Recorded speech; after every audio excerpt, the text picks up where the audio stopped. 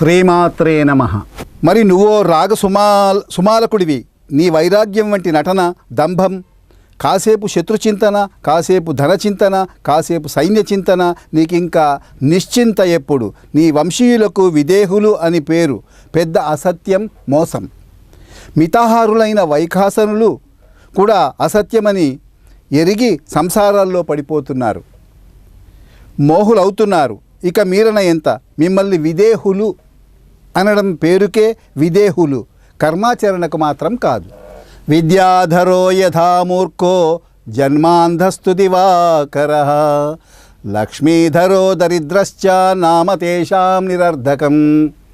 అసలు కథ చెప్పనా? జనక మహారాజా, మీ వంశానికి మూలపురుషుడు నిమి అని ఒక రాజు ఒకప్పుడు యజ్ఞ నిర్వహణ కోసం వశిష్ఠుడిని ఆహ్వానించాడు. నేను ఒక యజ్ఞం చేస్తున్నాను వశిష్ఠుల గారు, మీరు మా యజ్ఞాన్ని పూర్తి చేయండి అని చెప్పి ఆహ్వానించాడు. అతడు వచ్చాడు. దేవేంద్రుడు కూడా వచ్చాడు. అతడు కూడా వశిష్ఠుల వారి దగ్గరికి వచ్చి, నేను కూడా ఒక యజ్ఞం చేస్తున్నాను, మీరు రండి అని. మరి ఇద్దరి దగ్గరికి వెళ్ళడం అసాధ్యము కదా.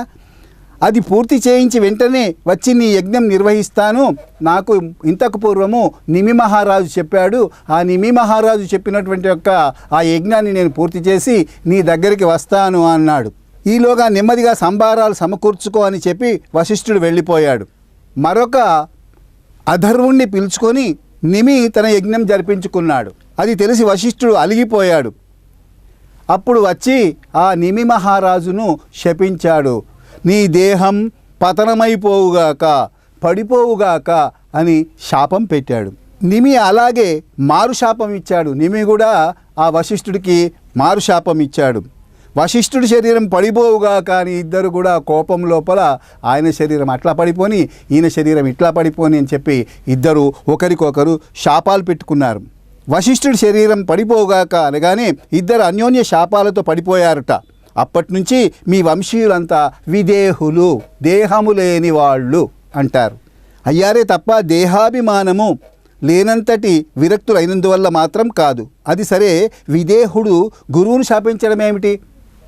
ఇదంతా వినోదంలా అనిపిస్తుంది నాకు. రాజా, నువ్వేమంటావో? శుకుడు కొంచెం ఘాటుగానే మాట్లాడాడు.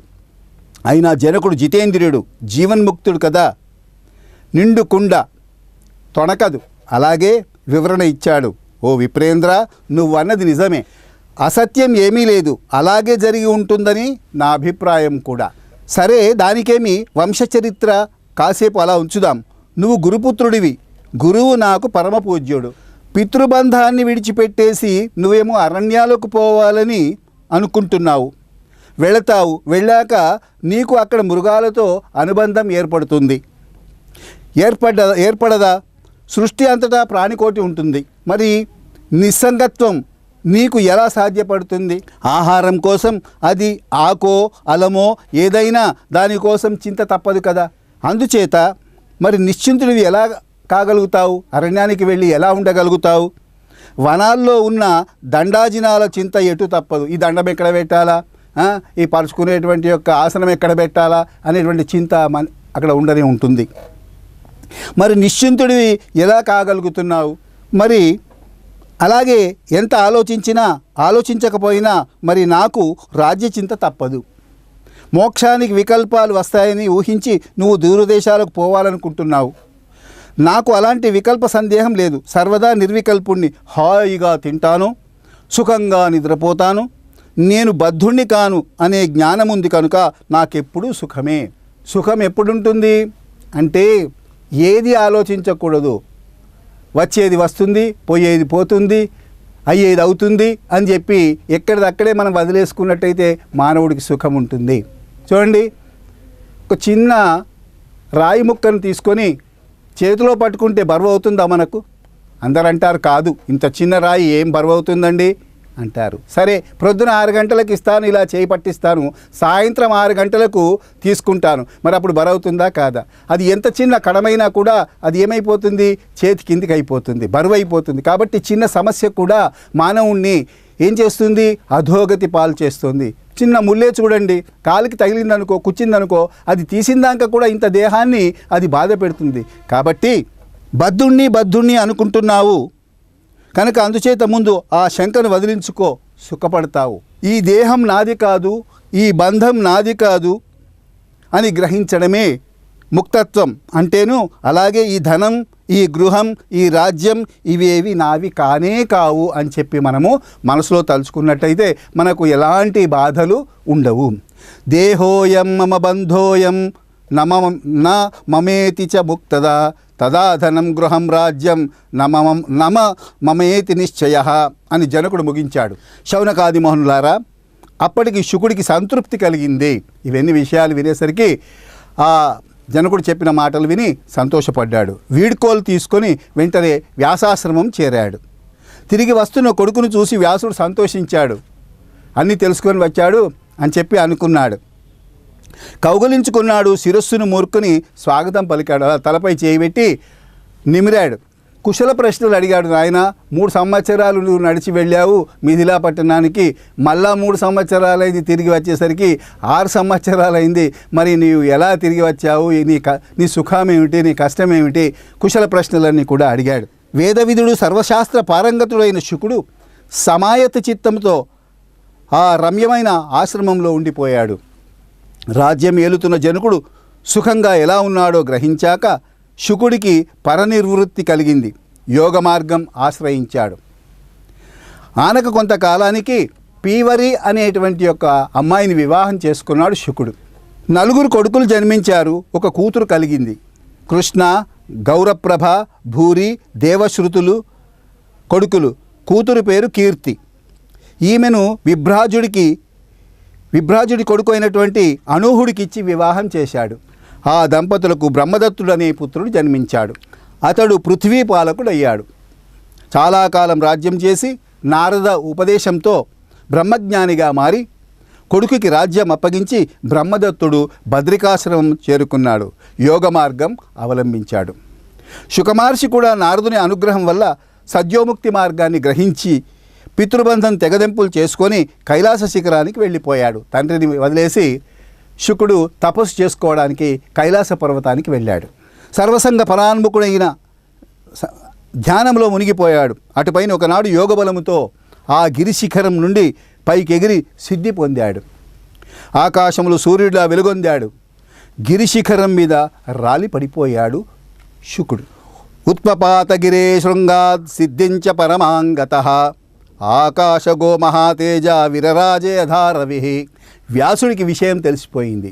ఆ గిరిశిఖరంపై రాలిపోయాడు అని చెప్పి పుత్రశోకం పట్టలేదు. కొడుకా కొడుకా అని విలపిస్తున్నాడు. ఆ కైలాస గిరిశిఖరం అంతటా మారుమ్రోగుతుంది. శుకుడు తపస్సు చేసిన చోట పరిభ్రమించాడు. అంతా తిరిగాడు. కొడుకు ఎక్కడ కూర్చున్నాడు, ఎక్కడ తపస్సు చేసుకున్నాడు అని బాధతో తిరుగుతూ ఉన్నాడు. అలసిపోయాడు వ్యాసుడు. అతని శోకాలాపనలు కొండ గుహలు ప్రతిధ్వనించాయి. అతడు ఏడుస్తుంటే ఆ ఏడుపుతో ఆ కొండ గుహలు కూడా దుఃఖిస్తున్నాయి. అక్కడికి మనం ఇప్పుడు వెళ్ళినట్టు చూసినట్టయితే ఆ కైలాసగిరి పర్వతం పైన ఇతడు శుకుడు తపస్సు చేసిన ప్రదేశమంతా కూడా ఓ అంటే ఓ అంటాయట. అంటే మనం ఏ మాట మాట్లాడితే అది ప్రతిధ్వనిస్తుంటాయట ఆ గుహలు ఇప్పటికీ కూడా. పుత్రా పుత్రా అంటూ విలపిస్తున్న వ్యాసుడిని చూసి శివుడికి జాలి కలిగింది. ఆ శివుడికే, సాక్షాత్ పరమాత్ముడికే బాధ కలిగిందట. అయ్యో, పుత్రుడి కొరకు ఇంత ఏడుస్తున్నాడు వ్యాసుడు అని చెప్పి స్వయంగా వచ్చి ఓదార్చాడు. మరి శివుడు ఎందుకు రావాలి, మరి వ్యాసుడిని ఎందుకు ఓదార్చాలి అంటే శివాయ విష్ణు రూపాయ శివరూపాయ విష్ణవే శివశ్చ హృదయం విష్ణు విష్ణుశ్చ హృదయం శివ. అంచేత ఆ వ్యాసుడు విష్ణు అవతారం కాబట్టి అతని దగ్గరికి వచ్చాడు. ఏమిటి నీ వెర్రి అన్నాడు. దుఃఖించకు, నీ పుత్రుడు మహాయోగి, గొప్పగా ఎన్నో పురాణాలు చదివాడు, పురాణాలు రచించాడు, విన్నాడు. కాబట్టి గొప్ప పేరు కీర్తిమంతుడు అయ్యాడు. కాబట్టి అతని గురించి నీవు బాధపడకు. అకృతాత్ములకు దుర్లభమైన పరమగతి పొందాడు, అతడి కోసం విలపించకూడదు అన్నాడు శివుడు. పైగా నీకు శోకరహిత స్థితిని తెలుసునాయే, నువ్వు శోకించడం ఏమిటి? ఆ కొడుకు వల్ల నీకు ఎంత కీర్తి వచ్చిందో గ్రహించావా నువ్వు? అసలు ఊరుకో అని చెప్పి ఆ శివుడు ఆ వ్యాసుడిని ఊరడిస్తున్నాడు. శివుడి ప్రబోధం పనిచేయలేదు. ఎవరెన్ని చెప్పినా లోపలున్న బాధ పోదు. మహాదేవ, జగత్పతి, ఏమి చేయను, నా దుఃఖం ఉపశమించడం లేదు. ఎంత తప్పించుకుందామనుకున్నా ఆ బాధ నన్ను ఇంకా పట్టి పీడిస్తూనే ఉంది. కొడుకును చూడాలని తహతహలాడుతున్నాయి. నా కళ్ళు అన్నాడు వ్యాసుడు. శివుడికి మరింత దయ కలిగింది. అయితే సరే ఓ సత్యవతీ పుత్ర, నీ పుత్రుడి నీడ నీ పక్కనే ఉంటుంది, ఛాయారూపంలో నీ పక్కనే ఉంటుంది నీ యొక్క కొడుకు యొక్క నీడ అని చెప్తాడు శివుడు. దాన్ని చూసి సంతృప్తి చెందు అన్నాడు. శోకం విడిచిపెట్టు అని వరం ప్రసాదించి శివుడు మాయమయ్యాడు. వ్యాసుడికి కొడుకు నీడ కనిపించింది. చూసి సంతృప్తి చెందాడు. ఏడుపు ఆపేసి తన ఆశ్రమానికి వెళ్ళిపోయాడు వ్యాసుడు. తన ఆశ్రమానికి వెళ్ళి వ్యాసుడు ఏమి చేశాడు, ఎలా కాలం గడిపాడు అని శౌనకాది మునులు సూతుడిని అడిగారు. తదనంతరం కథను ఇప్పుడు చెప్పడం జరుగుతోంది. ఇప్పుడు ధృతరాష్ట్రాది జననం. తన దగ్గర వేదశాస్త్ర పురాణాలను అభ్యసించిన శిష్యులు అసిత, దేవల, వైశంపాయన, జైమిని, సుమంతులను 5గురికి అతడు ముందే లోక సంచారం కోసం పంపించే ఉన్నాడు. అనుభవము కొరకు మనం ఎంత విద్యలు చదివినా ఆ కాలము లోపల రాజులు తమ పుత్రులకు అనుభవం కలగాలని చెప్పి దేశ సంచారం చేయించేవాళ్ళు. ఎందుకంటే ప్రజలు మమ్మల్ని గురించి ఏమనుకుంటున్నారు, మరి రాజ్య పరిపాలన సరిగా చేస్తున్నామా లేదా, అందరికీ అన్ని విధాల సౌకర్యాలు కల్పిస్తున్నామా లేదా అని చెప్పి మారువేషము లోపల రాజపుత్రులంతా కూడా తిరిగి వచ్చేవారు. ఇప్పుడు ఆశ్రమంలో తను ఒక్కడే ఉన్నాడు. ఇది మరింత దిగులైంది. తాను వెళ్ళిపోవాలి అనుకున్నాడు. పుట్టిన చోటు, కన్నతల్లి గుర్తుకు వచ్చాయి. గంగ ఒడ్డుకు చేరాడు. ఆ గంగ ఒడ్డున కృష్ణద్వీపములో అలనాడు తనను ప్రసవించి విడిచి కడివెడి దుఃఖంతో వెళ్ళిన తల్లి అంటే దాశరాజు కూతురు సత్యవతీదేవి ఆ వ్యాసుడికి జ్ఞాపకం వచ్చింది. వెంటనే కృష్ణద్వీపం చేరుకున్నాడు. తల్లి కనిపించలేదు అక్కడ గంగ. ఏమైందని పల్లెవారిని అడిగాడు. దాశరాజు సత్యవతిని శంతనుడు మహారాజుకిచ్చి వివాహం చేశాడని చెప్పాడు. ఆ దాశరాజు తన బిడ్డను అతనికి పెళ్లి చేసి ఇచ్చాను రాజుకు అని చెప్తాడు. కుశల వార్తలు అడిగి బయలుదేరాడు.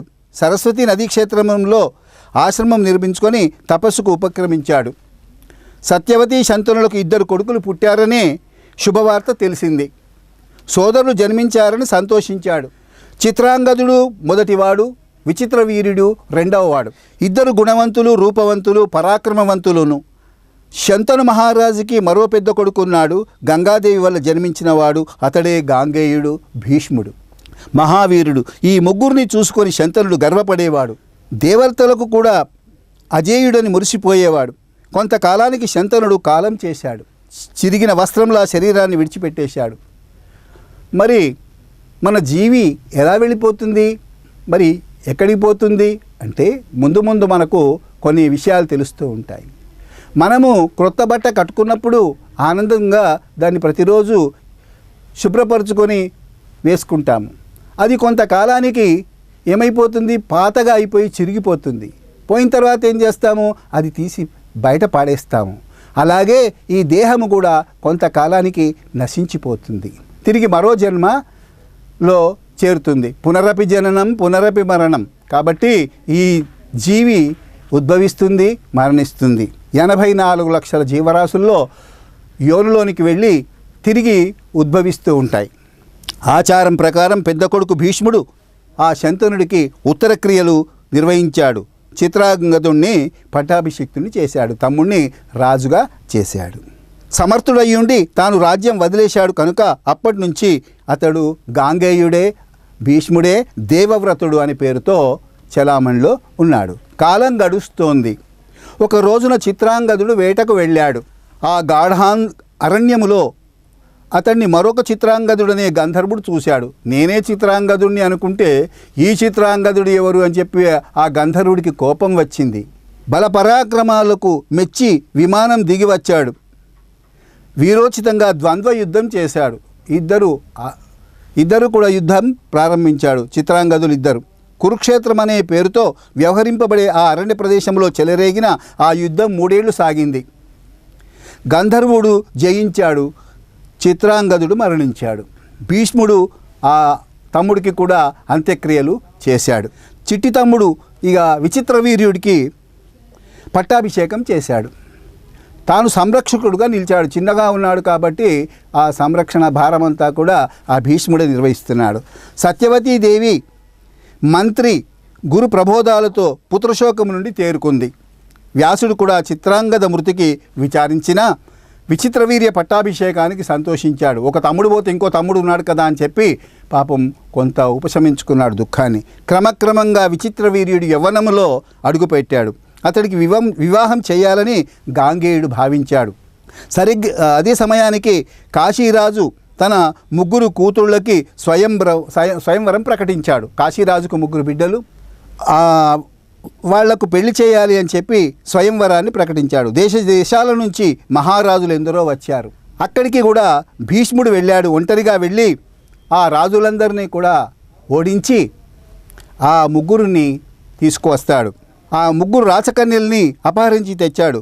3 తల్లి సోదరి కూతురులా మన్నించాడు.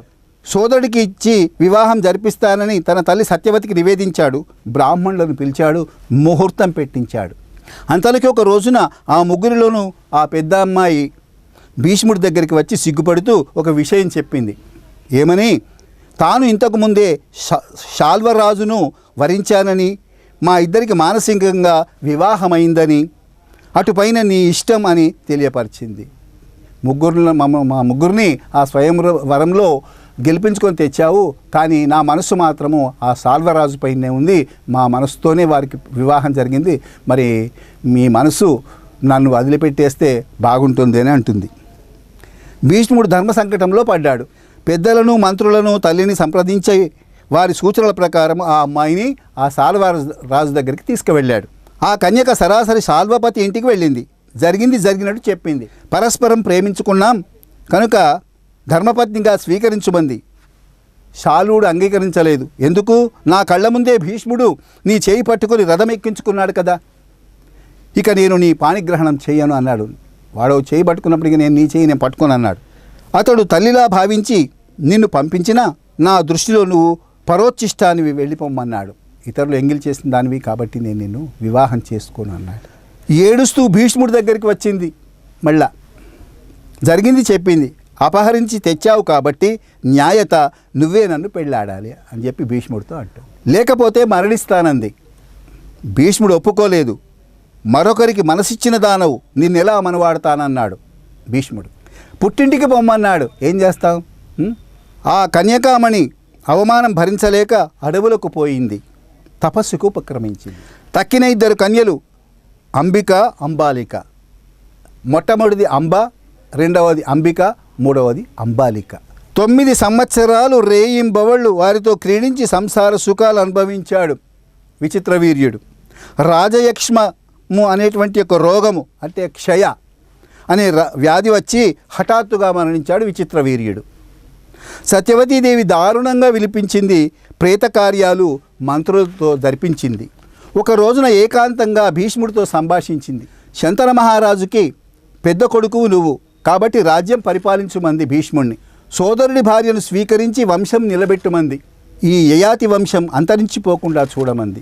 భీష్మమాహ తదైకాంతే వచనం చాతి దుఃఖిత రాజ్యం కురు మహాభాగా పితుస్తే శంతనోస్సుత భ్రాతుర్భార్యాం గృహాణత్వం వంశంచ పరిరక్షయ యదాననాశయాతి యయాతేర్వంశ ఇత్యుతః.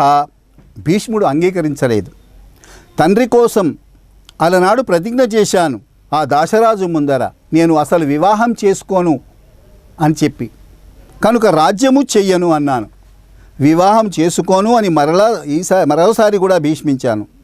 మరి నాయన వంశం ఎలా నిలబడుతుందా అని సత్యవతికి దిగులు పట్టుకుంది. దానికి తోడు అరాజకం వచ్చి పడిందే అని మరొక భయం. అప్పుడు ధర్మశాస్త్రవేత్త భీష్ముడు ఒక సలహా చెప్పాడు. సద్బ్రాహ్మణుని పిలిపించి కోడలితో నియోగించుమన్నాడు. ఆ పుట్టే విచిత్రవీరుడికి క్షేత్రజ్ఞుడు అవుతాడు కనుక కులరక్షణ కోసం ఈ పాటిది తప్పు కాదన్నాడు ఒక ధర్మశాస్త్రవేత్త. అప్పుడు ఆ మనుమడికి ఈ రాజ్యం అప్పగింతు అని అతడి ఆజ్ఞలు శిరసావహిస్తాను అని కూడా మాట ఇచ్చాడు. సత్యవతి సరేనని సమ్మతించింది. తాను కన్యగా ఉన్నప్పుడు పరాశరుడి వల్ల జన్మించిన వ్యాసుణ్ణి అంటే కానీనుడు అంటాడు. అంటే కన్యకు పుట్టినవాడు కానీనుడు స్మరించింది. తలచిన వెంటనే ప్రత్యక్షమయ్యాడు వ్యాసుడు. తల్లికి నమస్కరించి నిలబడ్డాడు. భీష్ముడు వచ్చి పొగలేని అగ్నిలా ఉన్న అన్నగారికి సపర్యలు చేశాడు. సత్యవతీదేవి మెల్లగా తన మనసులో ఉన్న మాట బయటపెట్టింది. వంశం నిలబెట్టుమంది. వ్యాసుడు ఆప్తవాక్యంగా స్వీకరించాడు. ఓం అన్నాడు.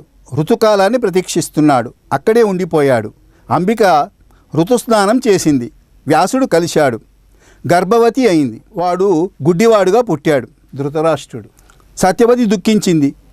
మరి సంతానము గుడ్డి సంతానం అయితే ఏం చూస్తాడు, ఏం రాజ్య పరిపాలన చేస్తాడు, ఏం సుఖపడతాడు, ఎవరిని సుఖపెడతాడు? కానీ బాధపడింది. రెండవ కోడలు అయిన అంబాలికను నియోగించింది. ఆవిడ ఒక పాండురోగికి జన్మనిచ్చింది. వాడు రాజ్యానికి పనికిరాడే. ఎలాగాని సత్యవతి బాధపడింది. ఏడాది గడిచాక మరొకసారి వ్యాసుడిని స్మరించింది. రప్పించింది. కొడుకుని పిలిచి, కోడల్ని పిలిచి, అంబాలిక అనే దాన్ని పిలిచి మరొకసారి ప్రయత్నించమంది. ఈసారి అంబాలిక తనకు బదులుగా దాసీని నియమించింది. వ్యాసుడు కలిశాడు. ధర్మాంశ సంభూతంతో విదురుడు జన్మించాడు. ఇలా వ్యాసుడు ధృతరాష్ట్ర పాండు విదురులకు జన్మకారకుడై యయాతి వంశాన్ని నిలబెట్టి భ్రాతృధర్మం నెరవేర్చాడు. ఇంతవరకు 1184 శ్లోకాల యొక్క సారాన్ని మనము గ్రహించాము. ఇంతటితో ఈ ప్రథమ స్కందము సమాప్తము. ఈ కొన్ని పురాణములు ఎలా వినాలి అనే విషయాల్ని మాత్రము మీకు తెలియజేస్తాము. ఎంతకాలం వినాలి, ఎట్లా వినాలి అనే విషయాలు ఇప్పుడు తెలియజేయడం జరుగుతోంది. సూత మహర్షి, దేవీ భాగవత మహత్యం అద్భుతంగా వివరిస్తున్నావు, చాలా ఆనందం కలిగింది. అయితే ఈ పురాణం వినడానికి ఏమైనా నియమాలు ఉన్నాయా అని అడిగారు. ఎప్పుడు మొదలు పెట్టాలి, ఎక్కడ మొదలు పెట్టాలి, ఎలా వినాలి, ఈ సందేహాలు తెమిల్చి అటుపైన పురాణం వినిపించు అని అభ్యర్థించారు శౌనకాది మహామునులు.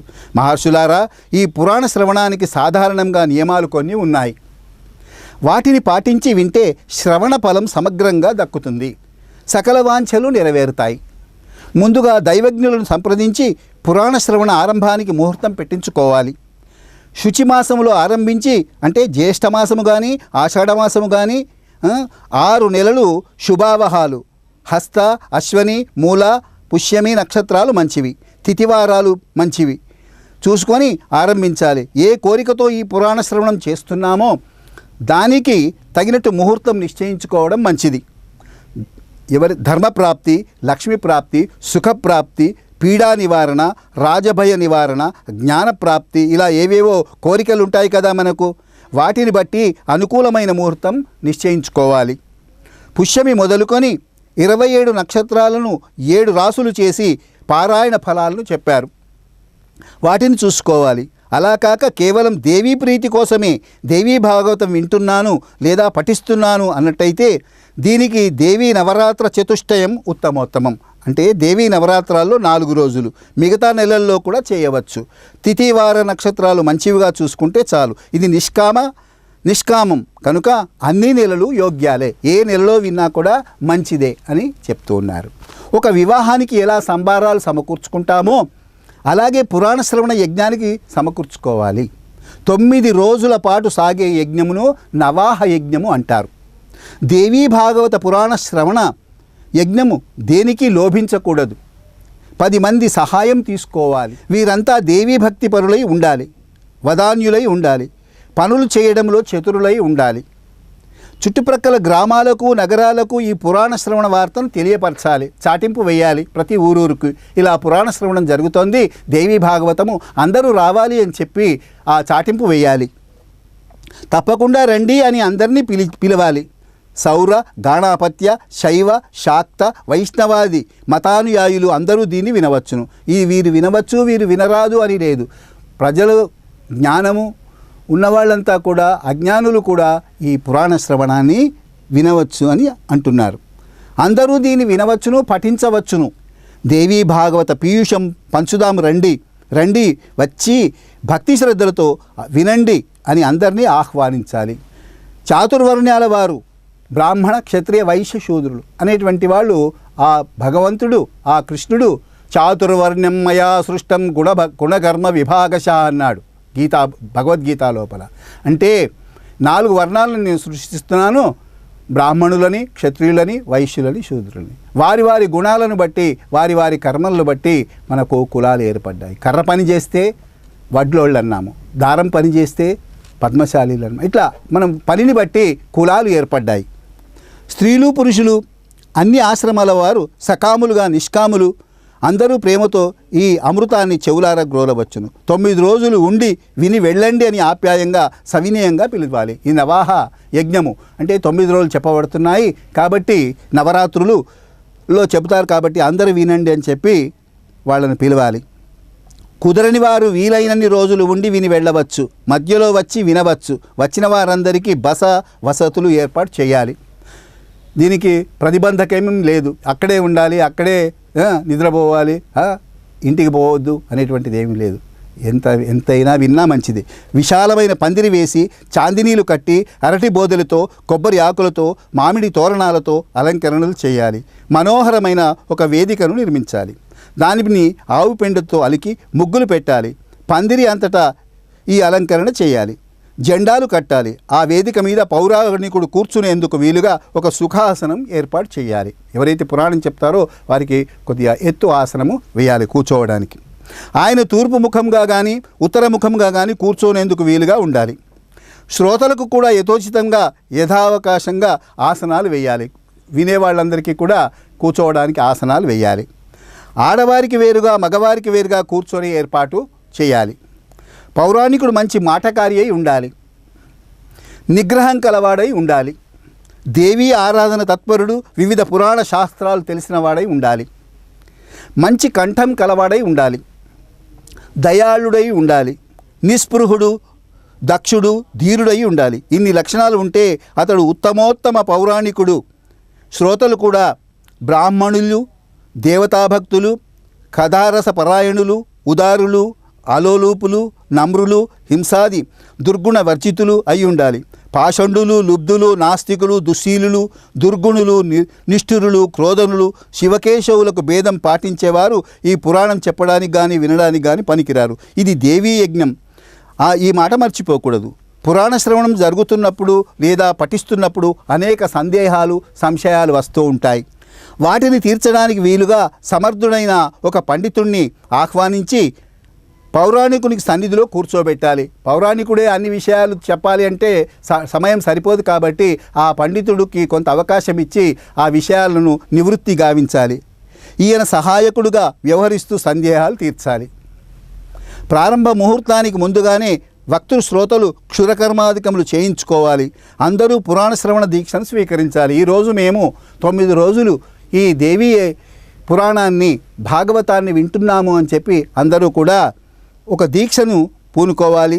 తెల్లవారుజామునే లేచి కాలకృత్యాలు తీర్చుకొని స్నాన సంధ్యాదులు ముగించి వినడానికి కూర్చోవాలి.